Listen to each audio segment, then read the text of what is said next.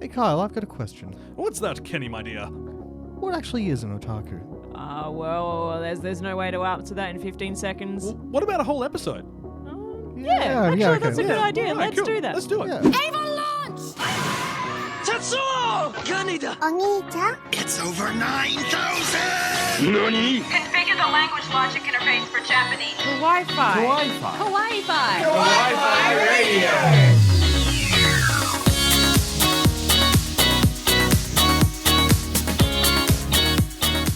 Konnichiwa, and welcome to another episode of Kawaii-Fi Radio, the podcast where we dive into the world of anime and manga. I'm Kyle, and joining me are my co-hosts Coco and Kenny. How you doing, guys? What's up? Good. Very good. Thank you. It has been a very busy few weeks for us at Kawaii-Fi Studios, and by that I mean none of us have been doing any Kawaii-Fi work with everything else going on. You know what I noticed? What? Like, we all turn into chickens temporarily when you start playing the... You mean the bobbing of the heads? Yeah, we do. This to Coco is chicken nature. Chicken It nature is is. Coco's nature. Yes. This is her forte, her study. This episode we are talking about otaku anime, and that's a pretty wide-ranging subject. But Yes. before we do get onto that, we need to talk about idols. We do. Yes, we have encountered 2 idol animes Yes. this season. Now, I know I'm the one who's watched most of this one, so I might as well kick it off. So 22/7, also, what's they dubbed it? It was like the day of our future or something. Yeah, something similar. Is it wrong to pick up idols at a Budokan? 22/7 is actually a anime that's been expressly developed to support a virtual idol group of the same name. So, like, gorillas. Yeah, essentially For same us. sort of thing. And I went in this not knowing what to expect. I'd purposely actually put off watching this because, as you know, I have a general disinterest in idol content. I haven't went and watched Idol Masters or anything like that. It's not normally something I'm interested in. But I've been surprised because the animation has been done by A1. It's very pretty. It is very pretty. Yes, The music indeed. is done by Sony, who own A1. The movement is beautifully done, and the voice acting is really good. That's one thing I noticed, the voice acting. It's not the stock standard, really high-pitched. I did that really badly. But it's not the stock standard, all of them having a very similar voice. It isn't. I liked how the girl who's been picked for this... can I... Yes, you can. All right, the girl who's been picked for the centre. What's her name? Mew. Yep. She has a different sounding voice than what I've heard before. I really like it. yeah. It feels very natural and real. Grounded. Yeah, Grounded it's it is. more like a woman's voice than a girl's voice, Yeah. but not quite. Not a girl, not yet a woman. I don't know. They use also really beautiful use of cinematic symbolism. This is something we rarely see in anime. So, like, you know how you watch a film and someone will go through a great trauma and then they might have a shadow which looks similar to the trauma or something that connects the emotions of the character to an event. Yeah. They did this. So she ends up having to sell her treasured keyboard to make ends meet for her family. Her mother's ill, Miu. And It's always that way, isn't it? so she's the one who's been working a lot to help support the family. So when she sells that piano, you can tell she's distraught by it because she's just lost her job and it's what they needed to make ends meet. And as she's walking along the riverside, the shadow that is cast by the the rail guard along the side of the sidewalk actually casts a piano silhouette shadow along the road she's walking. It's beautiful use. Oh, that's beautiful so use sad. Very nice. of it. Yeah. It really. Look, So it's quite an evocative. they've done a lot anime. to really make this beautiful and stand out. Yeah. But by far the weirdest and strangest part of this show is the wall. Dun dun. Yeah, that I saw a bit of the bit that I saw. Yeah, The wall. I don't get it. Is it meant to be like Zordon for the It Power feels Rangers? like that, hey. To clarify, this group is sort of assembled from a bunch of just sort of random people. Yeah, they're all given an invitation letter in the mail. And they all turn up to that spot, and then it's revealed to them that they are going to be an idol group, correct? And Yes. this is revealed to them by the wall. No. Oh. This is revealed to them by Gorilla-san, which is what I'm gonna dub the the guy who's in charge of them. But he then leads them down this weird way through a zoo to get to through a zoo. Yeah, to get to this studio, which is like 7 stories deep underground. Okay, underground, fair enough. But why would you? Anyway, I have so many questions about this series, but at the very bottom, the area they're going to hang out in is an area which contains the wall, and it's sort of like a Roman, ancient European style room, like almost, castle medieval style look. And in it, there's a wall which occasionally prints out commands on steel plates.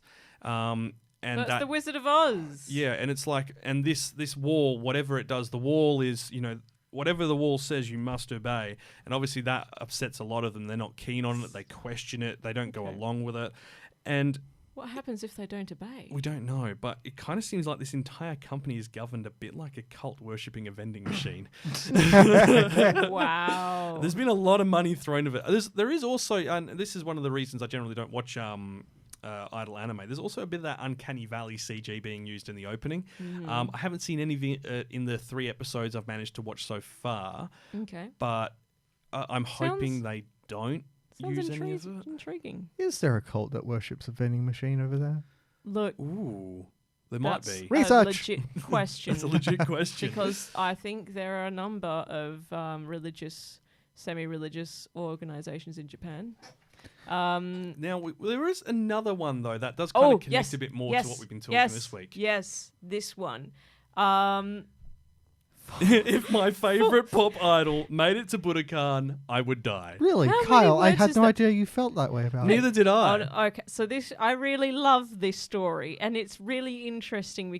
So this is another idol anime, but it's told from the perspective of an idol otaku, and it's a girl. And her name is Eripio. It's so really funny. Yeah, she just dresses in a pink tracksuit because it's the closest colour she could get to her preferred idol's colour. Yeah, mine is salmon pink. Yeah, mine has salmon pink. But And Mina is part of like a relatively smaller idol group. Like they don't have the sort of like the stadium packing popularity that other ones do. They just sort of do little random events and underground called things. Cham Jam, and Yes. there's a group. Is it 7 of them? I believe 6? so. There's like 7, believe 4 in there the are back, 7. 3 in the front. That's Yeah. right, yeah. Yeah, and Eripio is obsessed. But it's interesting because there are her friends are obsessed with their particular idol, and I have never been to Japan. I've never been into the idol scene as a result, and probably just never been exposed to it. So there's a context here that I completely have missed and is very fresh. I feel like it's kind of an introduction to this sort of weird kind of fandom and culture, though. Yeah. One thing which made me actually want to watch it was I think it was someone on Crunchyroll saying that this is the Genshiken for idol anime. If you haven't heard about Genshiken, we'll be talking about it this episode, and we'll get to that in a moment. There is what is it called? Tofugu, this awesome website. There was an interview done with an idol otaku, and during the interview, he said something that I've always remembered. He said that idols are kind of like a halfway point. They're halfway between 2D and 3D. So that sort of starts to fit to set the rules into how you interact with them. The way that the closest idea I've gotten is that it's sort of like when you play a computer game. There are certain rules, and it's just sort of like unwritten.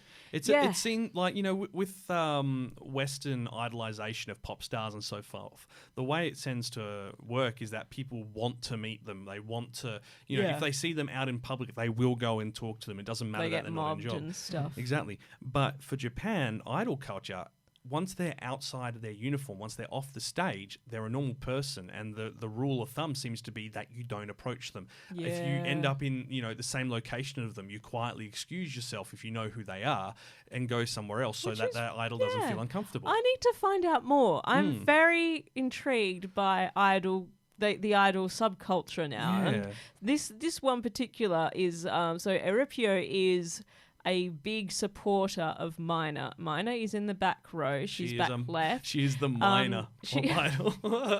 Because, you get sort of like an good. idea of the popularity of each of the members of this group, because after the show, like the audience members can like pay for a CD, and that gives them a certain amount of time to talk to their favorite idol. Handshake time. And They've Mina got someone only, there timing it as well, don't yes, they? Yeah. and Mina only ever gets the one person.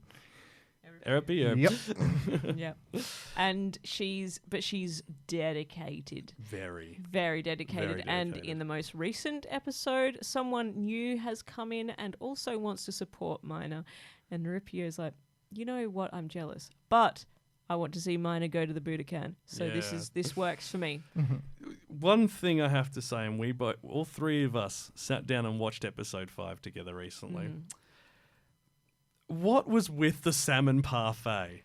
Oh, yes, they go to a no. maid cafe, and she gets a parfait, like a delicious ice creamy treat with salmon. The girl who dresses in green for Cham Jam is there and is like, you better buy something here and buy one of my CDs, otherwise I'll tell Mina you're cheating on her with me, And so she gets a Classic parfait which blackmail. has salmon in it, because salmon being the colour of Mina. Is this Here's the thing though. Did they eat it? And if so, that is pure and utter filth. Would you, Coco? Would you eat that?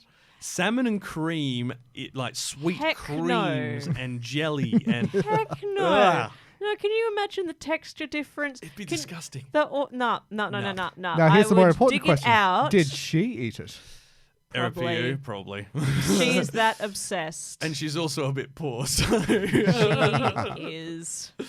But look, we do need to talk about what we are doing this episode. And this week, we're talking about anime centered around the various aspects of otaku culture. So the word otaku roughly translates as obsession. And while we in the West tend to connect it more with anime culture in Japan it's naturally a bit different. It's an umbrella term, isn't it? It is. So from anime and manga to idols, cosplay, video games, even computer geeks as well, like people who would be considered like tech heads who can build computers and get excited over hardware. It's sort of like the Japanese equivalent of calling someone geek or nerd, or for a geek or nerd to use those terms and like win them back, make them their own. It's got a much broader catchment in good old Nippon, but it has one core concept that connects all these areas. It's an obsession seen as having a negative impact on social interactions for the person. Oh, that's just... Now, that's, not always true. It was often used as a slur, and in the same breaths as words like hikikomori or, phrases like NEET, not in education, employment, or training. Yep. But in recent years, the use of this word has become a lot less of an insult and more of a focus on a lifestyle. And hey, if you're, gotten this far in, please enjoy what you're listening so far. But consider hitting that subscribe button because, we want to get more people on board and get your opinions as well.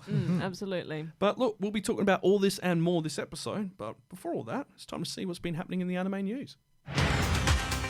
Making headlines. Really? Sort of. Anime news.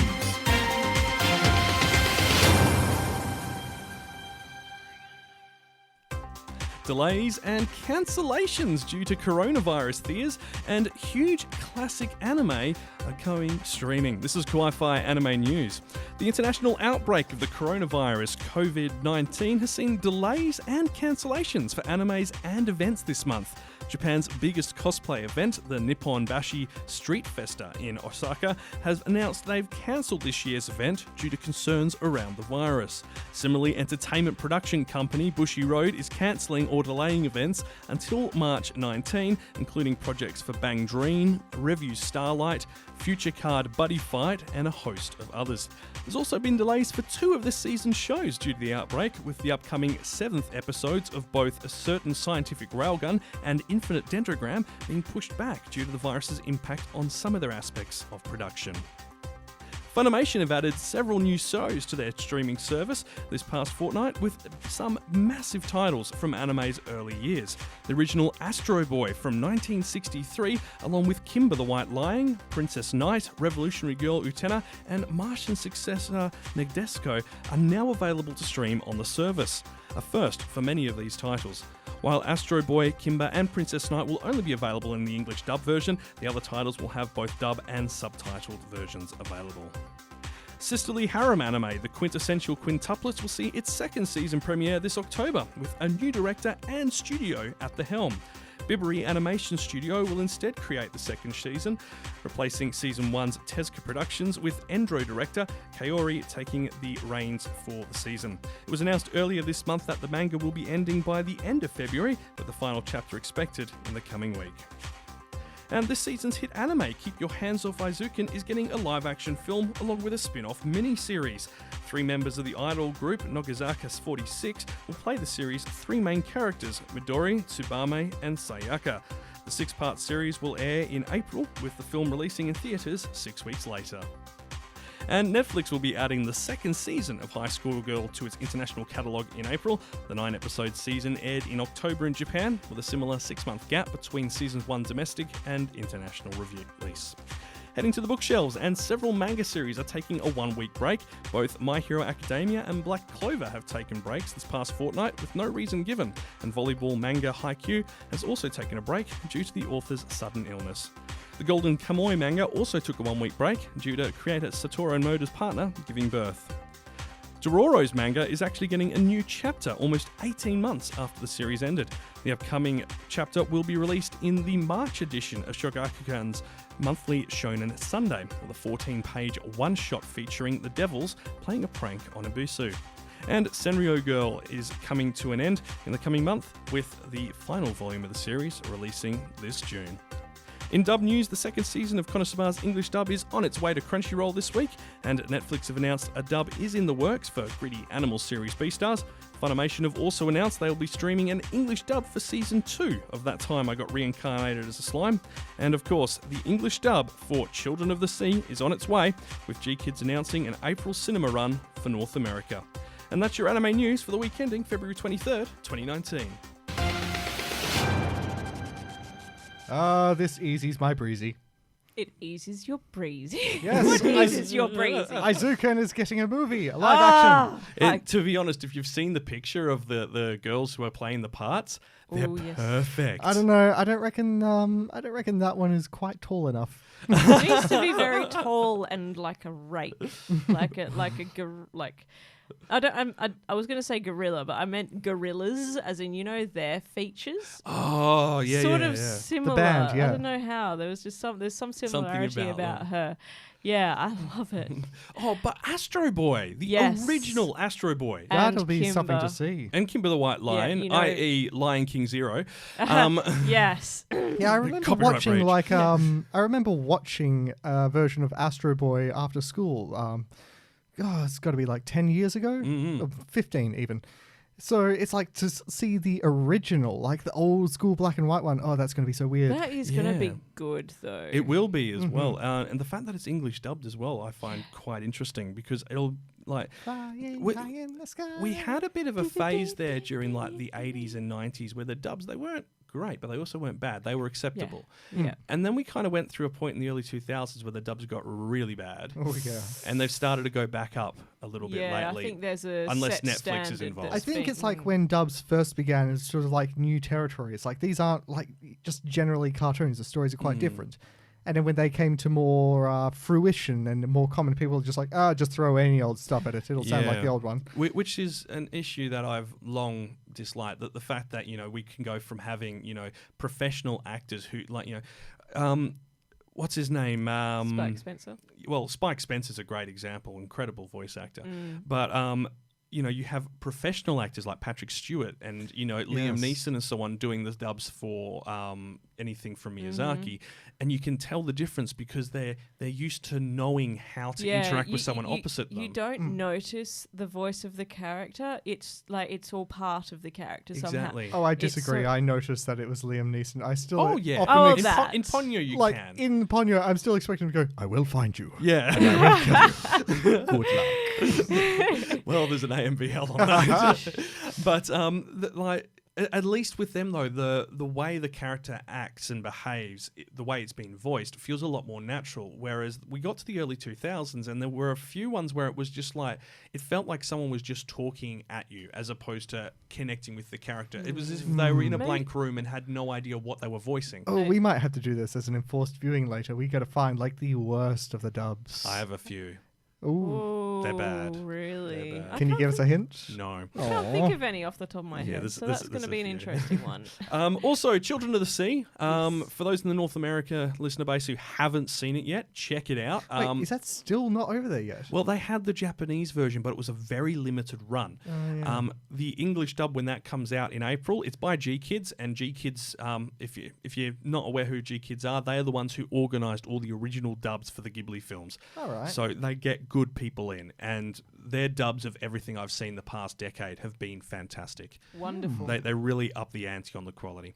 No, you're hyping them up. Because they're good. But we actually did see Children of the Sea a few months ago, and we've got a Kawaii-Fi extra back in the catalogue if you want to go have a listen to hear what it's about. And give us views. Find out if it's the film for you, because it's great. But it's also... It may not be what you expect. Yeah, not what we expected going in. And I'm glad for that. It really gave us something different. Yeah. But look, we should probably move on to talk about otaku anime. We're going to start with Genshiken. The biggest one of the biggins. Let's just roll it. Let's just roll Smooth. Kawaii-Fi Radio. I think I watched that as a kid. Oh yeah, I remember that. Back catalogue.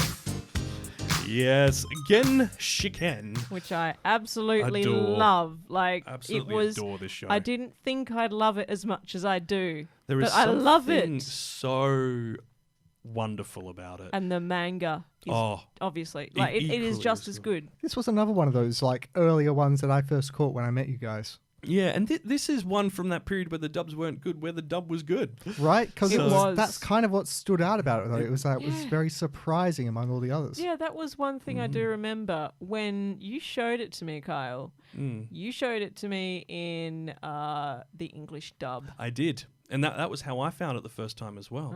So look, Genshiken is based on a manga of the same name created by Kyo Shimoku. It ran from 2002 to 2004 and then had a sequel manga run from 2010 to 2016, only keeping one character from the original series.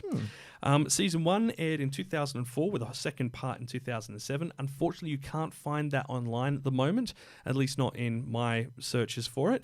But the second season, 2013, you can find online, which is based on the sequel manga. So Genshiken is a show that explores many of the facets of otaku culture. It grounds itself strongly in the real world. It looks at people's challenges, the struggles. They visit real-world locations like Akihabara, in other cases, events based on real-world events like Comifest, which is based off Comiket, Japan's biggest and largest anime event and convention they have. We get to see underground doujinshi comic dens as well. Yeah. And I love the way that it's just drawn so well. It is. It's so good. And of course, it's animated just as well. But yeah, it's interesting just to see that. The series also references plenty of other well-known anime works that were around at the time, either directly through studio, if the same studio has it, then they'll put it in without needing to worry about copyright, or tweaking the names, of course, to avoid copyright. And there's pictures on the walls which are like when they're in Akihabara, like one which looks like the Melancholy of Haruhi Suzumiya, which is like a slight hair color difference and stuff like that. Slight hair color difference, different color shirt, the nostalgia of blah, blah, blah. Yes. Just to kind of, it connects, especially if you were watching anime around that time, it really connects you to it because you're like, wow, these are all the things that I watch and learn and knew about. But let's talk about the synopsis, because Genshiken is, it's something special. It's something that really shone a light on the culture of otaku culture and the varieties of it in Japan when it came out. It's about a college club for otaku and their lifestyle, and its members pursue that lifestyle. The title is actually a shortening of the club's official name, Gendai Shikaku Bunka Kenkyukai, or the Society for the Study of Modern Visual Culture, Genshiken.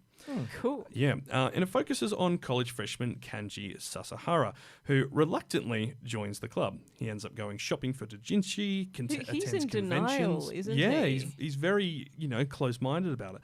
And slowly but surely, he makes his way down the road to otaku fandom. No, I wouldn't say he's completely closed-minded, because when he not like closed-minded, first, closed off. Yeah, when he first turns up there, it's like he hears the ringtone of one of his mates' phone goes off and he's also like, hey, I know what game that's from. Yeah. And that guy's reading a manga. I saw the anime for that. It's like he's sort of... It's like he hasn't had the chance He's dipped his toes into it and then they just sort of grab him by the neck and pull him in. Yeah. Now, in the show, the club watch and review an anime called Kujibiki Unbalanced. This actually is an invented anime that they invented for the manga. It ends up becoming a full anime series in 2006, produced by the same guy, just because there was such demand for it. There was an OVA episode, and the sales flew through the roof. Yeah, I remember they had like a whole thing about it where they would sit down and review it in kind of similar terms to like what we'd say about an anime. Yeah. And in another one, one of their club members cosplays as a person from it, and it just seems to blend in effortlessly with other kind of like established anime characters. It does. It really does. And so the fact that they just turned that into an anime and it just sort of... And it works. It's just like, wow, well done, guys. Yeah. But well done. Look, there's a pretty all-star cast for this as far as like different styles of character. Every character represents a different aspect of otaku culture.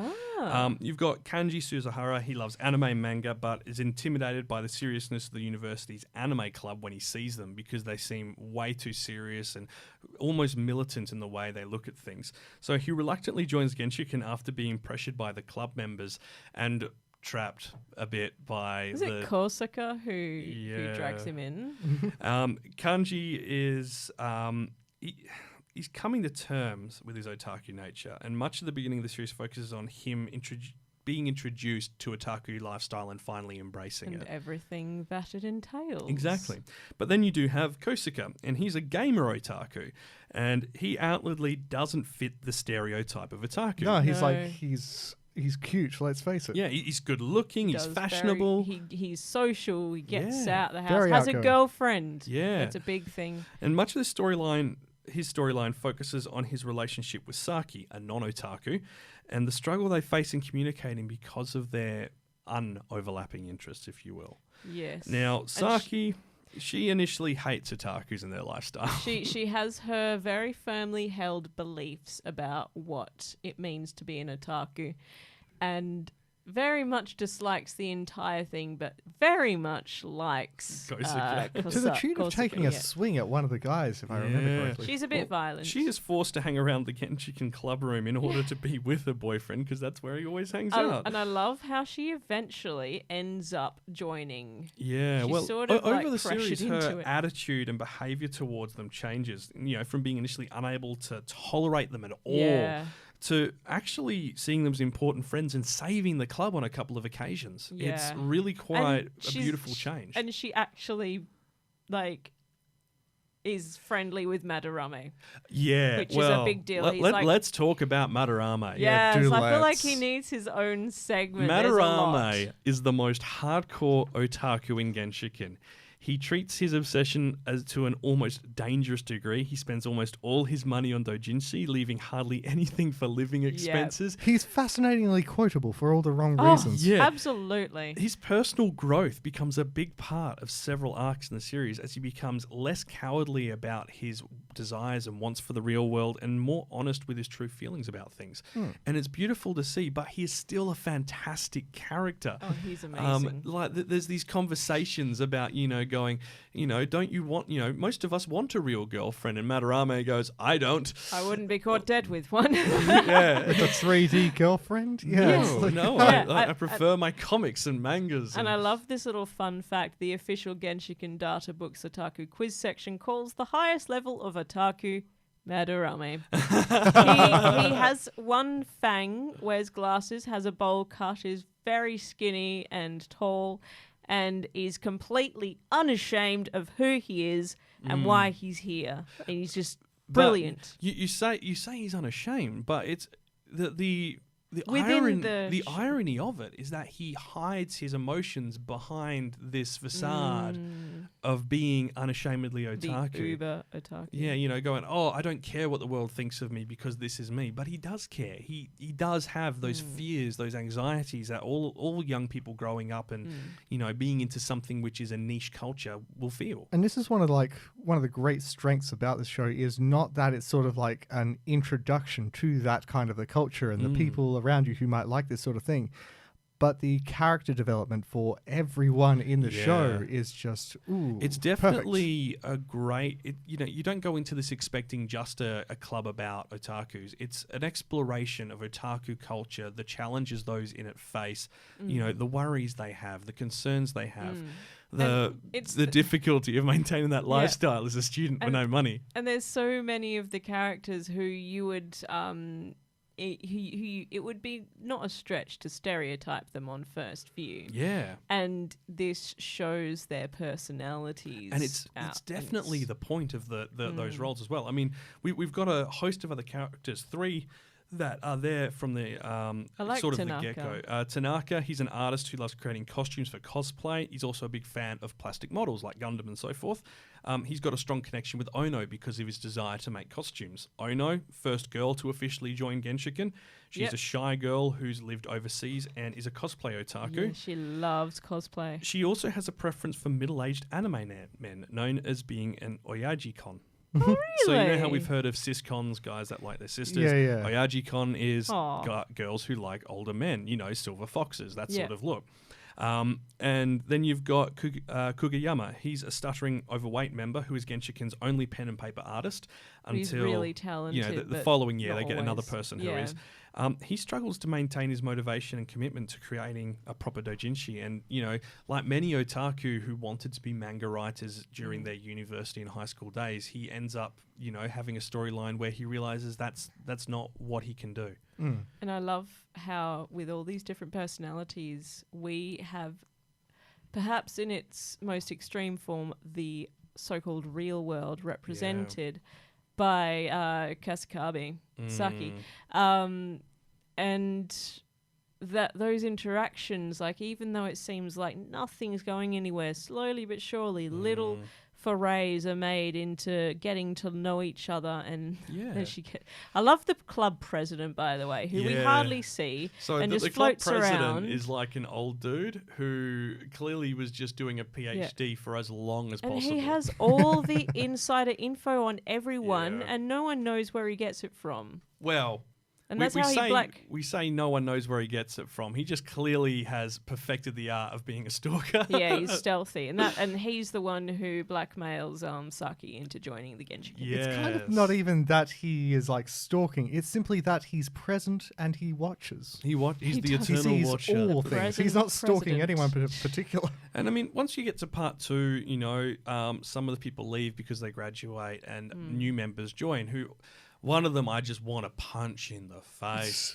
Like, he's the worst type of otaku. And he's purposely put there for that purpose. To show he's there to show that, yes, there are also people like this. There are people like that. There are people who have other problems as well. There are all sorts. But Genshiken is one of those shows that when you start watching it, you start picking up on things, that...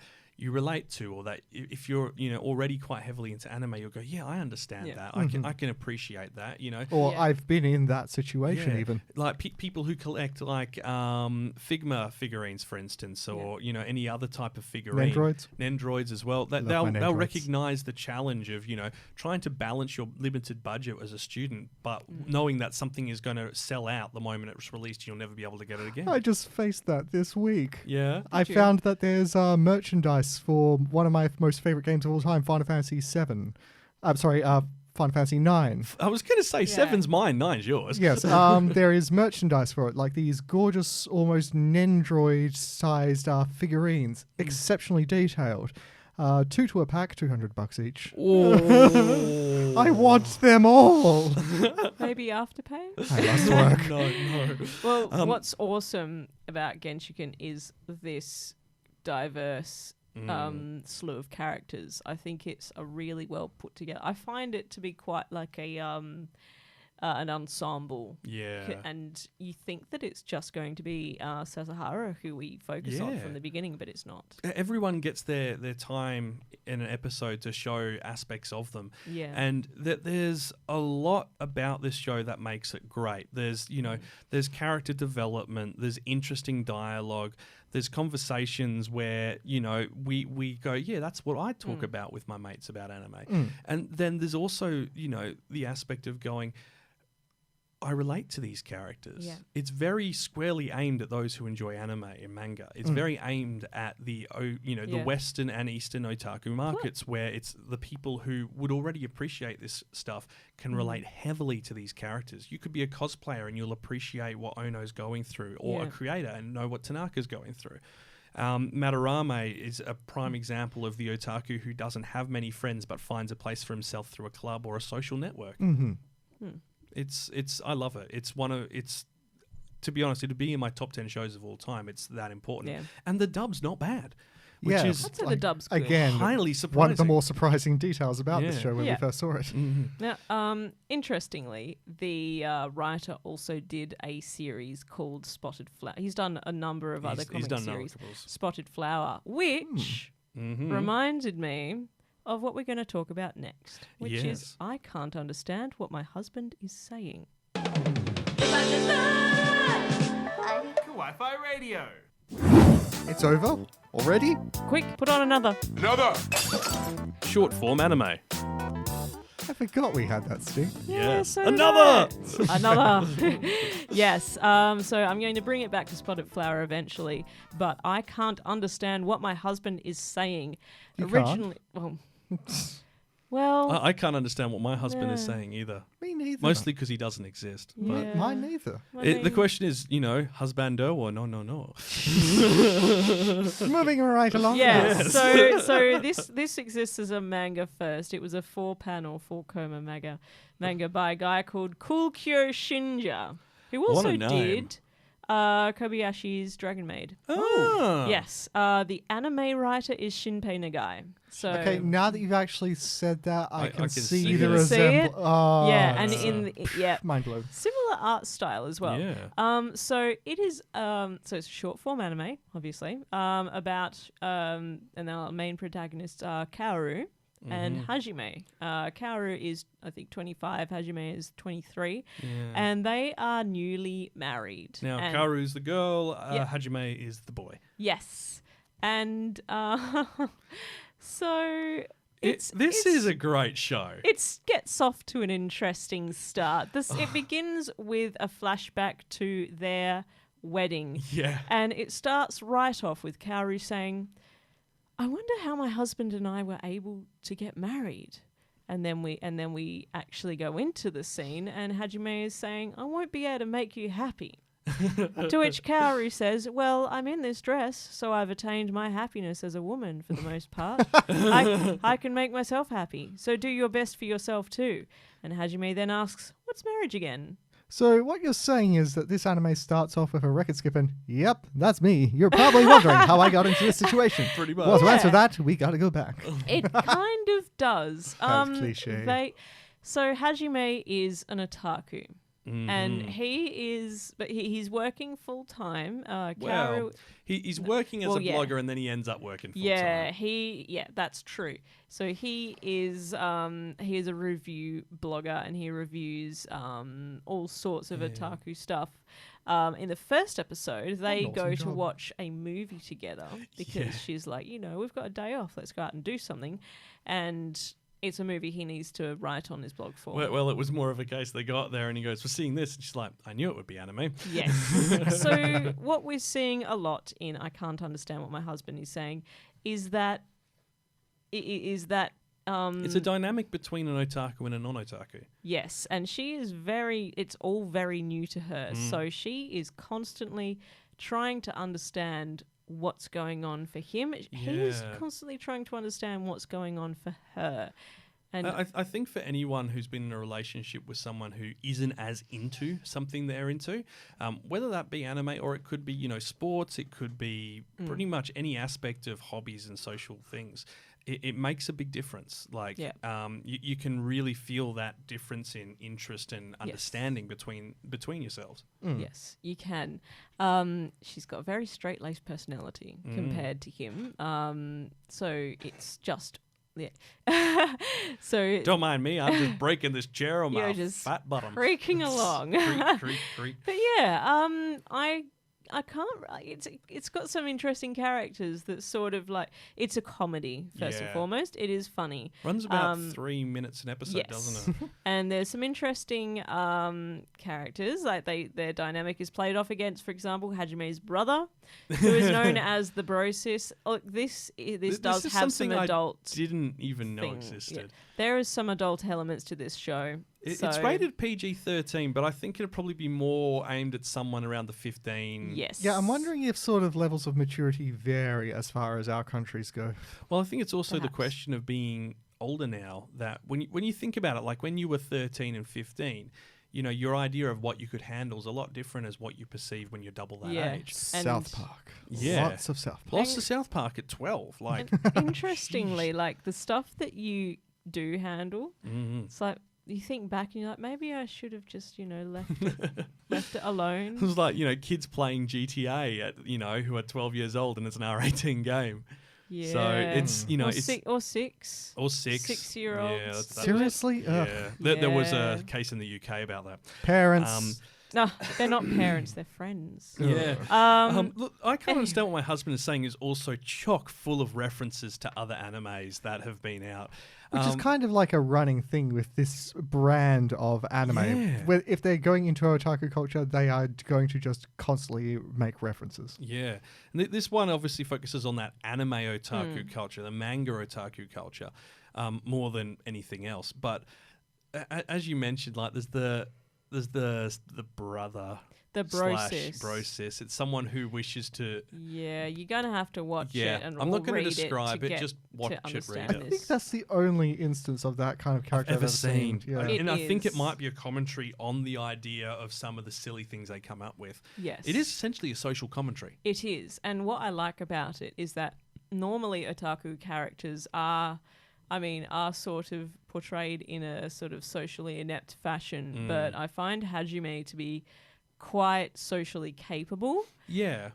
It's just that he chooses not to be. Yeah, and Kaoru is she's fine, but she's just naive to the ways of otaku. She doesn't understand. But she does give it the good old college try to make an attempt to understand that. Yeah, she does, which is so important, isn't it? Yes. And even if she doesn't understand certain things, she sort of tolerates it, accepts that that's his thing, and sort of works past it. Which is kind of goes back to their marriage vows. Yeah. Doesn't it? It kind of does.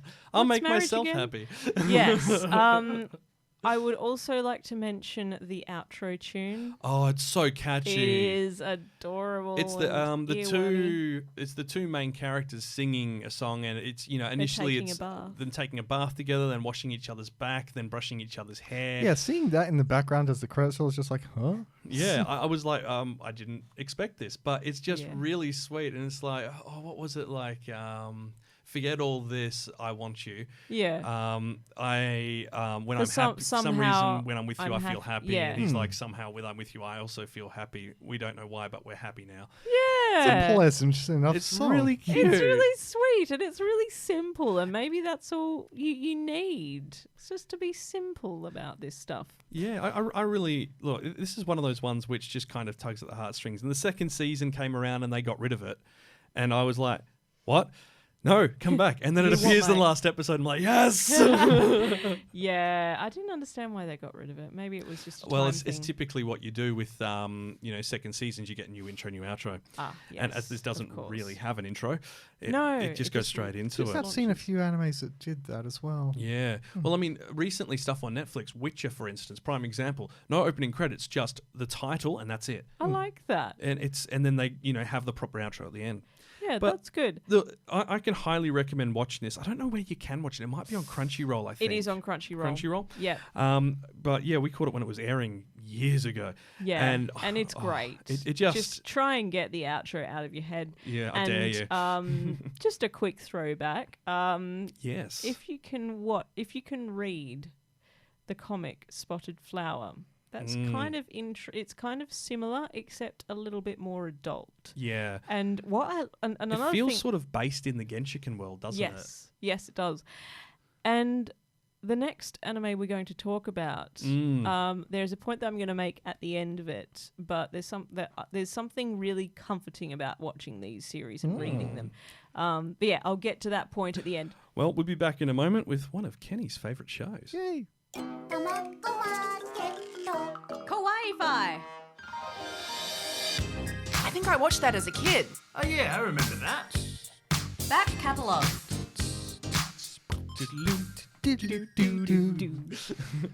Getting our groove on in the studio. Yeah, we often do that. All right, this is the story of Wotakoi, an epic adventure. It's beautiful. I had no idea where I was going with that. Sorry. You're beautiful. Kenny. All right, so story time. Narumi Momose. This is an ever color-coded lady who's just always wearing pink, and she is like one of the most adorable things you'll ever see. She is running late for work, conveniently not having a piece of toast in her mouth. Yeah, I while was she does wondering, does she have the toast? No, Toast? she doesn't. No toast.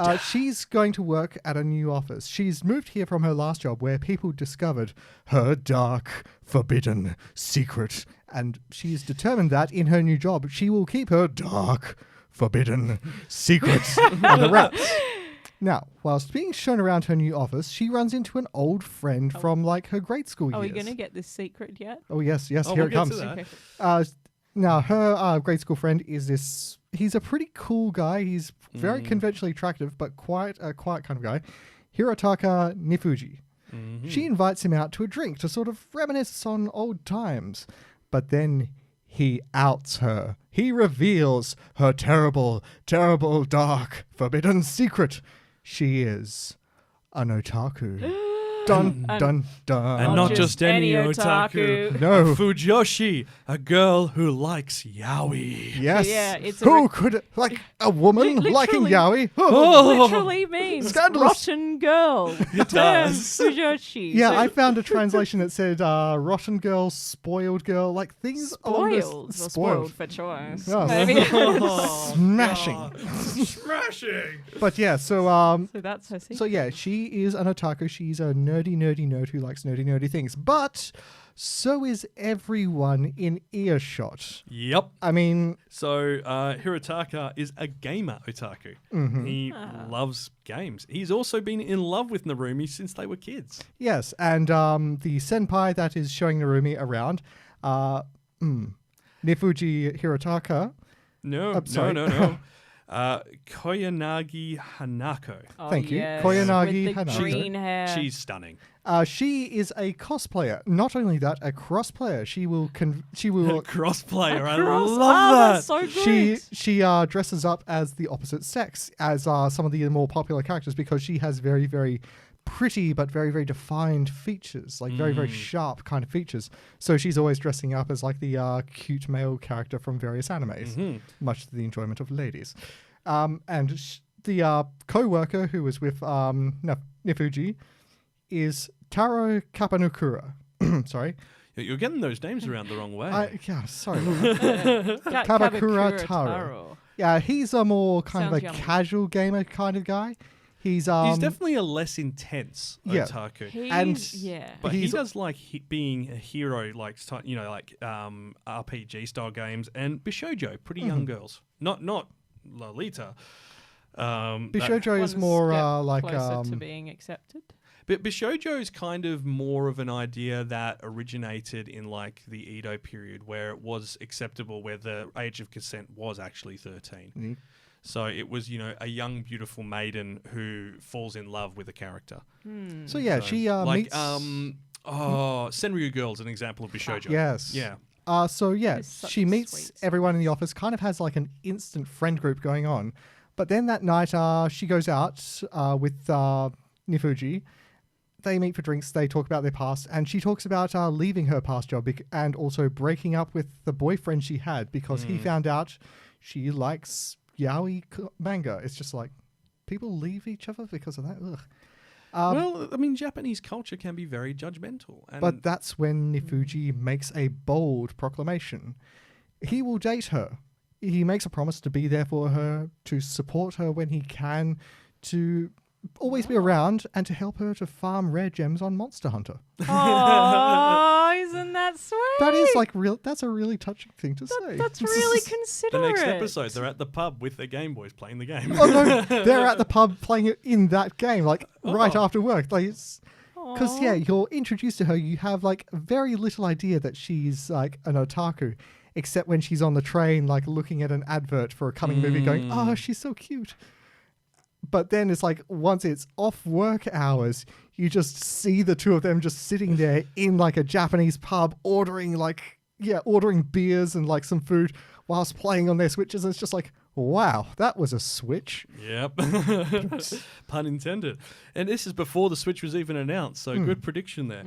Also, Wotakoi is actually the shortening of the name because it's... like Genshiken? Yeah, like Genshiken. It is Love is Hard for an Otaku. Yes, but I feel like as you go through the anime, you kind of figure that it's like, love is hard for everyone. Yeah. Otaku just kind of have a smaller community to sort of pick from. Yeah. And I mean, finding someone with those common interests, like as we mentioned with, I can't understand what my husband is saying, a prime example of how, not being in that fandom and being with someone who is in it makes it a very different relationship because there's always a lot of explaining, there's a lot of misunderstanding, good communication will be key.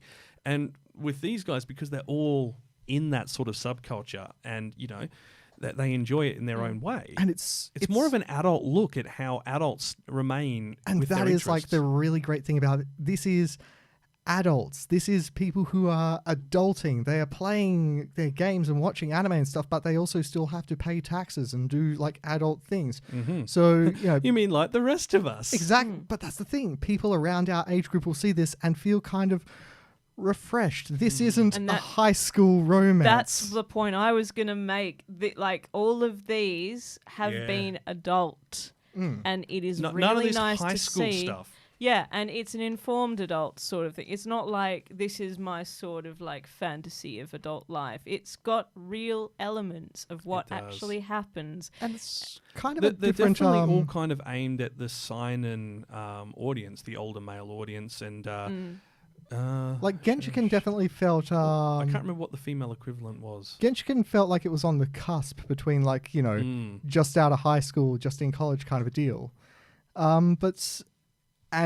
Yes, I can't understand what my husband is saying. It's like, this is like newlyweds' life. It's definitely a life of an adult, yeah. Yeah, it is. This one is like, that's just the thing about it. It's kind of hard to place it exactly, but you definitely, there's none of the educational classic sort of, tropes of, I'm going to be late to school. Okay, she's going to be late to work, but that's the only time. That's the only time, and that's literally used as... I mean, I feel like that's almost like just one of the most generic tropes that everyone uses. And I almost feel like that's intentional. Like it's intentional. Same sort of principle as the Wilhelm scream in cinema. It is used as an in-joke. And, there's lots of those little things. Once you know that. Once you know it, you know it. Yeah. You hear it and you're just like, aha. It's kind of a meme, I guess you would call it. Yeah. But your average kind of romance anime, manga, TV show is more about the journey to that happily ever after of like the two becoming a couple. It's like, will they, won't they? Yeah. Oh, they hate each other at the start, but they truly do love each other. It's not like a life. The big question and the focus of the series in those cases is will they or won't they? This is more about, what happens after happily ever after. Yeah, it's sort of like they are in the relationship, they're dating, but it's more that they're growing to really accept each other and their feelings and love each other as it goes on to the end point. And what I like seeing about this, as well as with, I'm going to start with I can't understand what my husband is saying, so I just want to do a really quick throwback. What I liked seeing about this was how Kaoru and Hajime both reflected on their relationship, never because they didn't like being with each other, I don't think, but because they're so different. And in Wotakoi, there's a scene where where Koyanagi, Kabakura, Nifuji, and Momose go out and they get drunk. But then at one point, Koyanagi gets a bit too drunk She and does. confesses that she's worried that she's not Kabakura's real type, and worries that he might just be settling for her because nerds usually find it hard to be in a stable relationship with non-nerds. And that exact same plot arc happens in this at certain points. No, I'm this saying, is right. sorry, I didn't distinguish, but yeah, in Wotakoi, so the four of them go out for drinks. Yeah. Well, 3 of them, I should say. And after Kabakura sort of takes Koyanagi home, Momose sort of goes, is this true? Are you only settling for me because it's harder for you to be in a relationship with someone who's not an otaku? And Fuji is like, no, that's not it. Which is nice to see. Yeah, it's nice. It's really nice. They're open with each other. They're communicating. That's what we want to see. Geez, communication, the biggest problem for so many relationships. And it's nice to see people approaching it in an adult content. We want to see more good examples of this take place. Good relationships, not abusive relationships Yes. where the guy ends up with a girl who abuses her because that's what the fans want. Yes, and I want to see more adult stuff. I mean, high schools are all fun and all that, but And I want to they, see adult stuff. It's so good. The high school stuff definitely gels with a certain crowd, but you know. But I mean, like, you have a look at some of the ones that we've really appreciated over the past few years, and straight away, like Megalobox jumps to mind. Not just because of the style, but because it wasn't set in a school. And, sure, we do get isekais and all that, but most of the isekais are because they're school age. So it's the same sort of tropes. When you start getting these seinen and, other types of more mature content, like not mature necessarily in like the adult level of the content in there, as in, X-rated or anything like that, but a more adult approach to storytelling, you get some really amazing stories. I suspect our age group brings us to a certain bias on that, don't you think? Yeah, you hit 30 and you kind of go, oh, I like this now. Yeah, it's like you're 29 and thinking, yay, I love shonen animes, I love the explosions. And then you hit 30 and you're just like, I want to go camping. Oh, yes.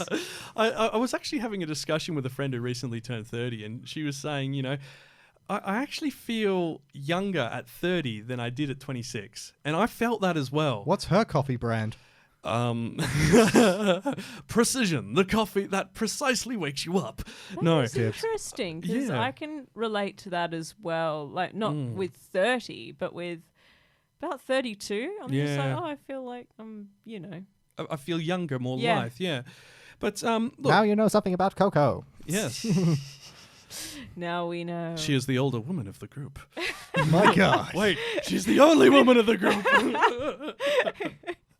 So we do need to wrap it up there. But Wotakoi, I think you can get that on Funimation, I'm pretty sure. You can get that on Amazon Prime. Another one. We like Amazon I recently Prime. joined you guys and got that. Yes, as did I. I got it for The Expanse, and I'm glad because it's cheaper than Netflix, and it has so many additional benefits, such as Bunch of good Kindle. animes on there as Yeah, well. surprisingly.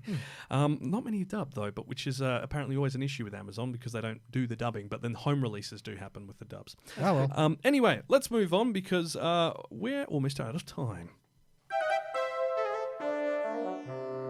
Kawaii-Fi Radio.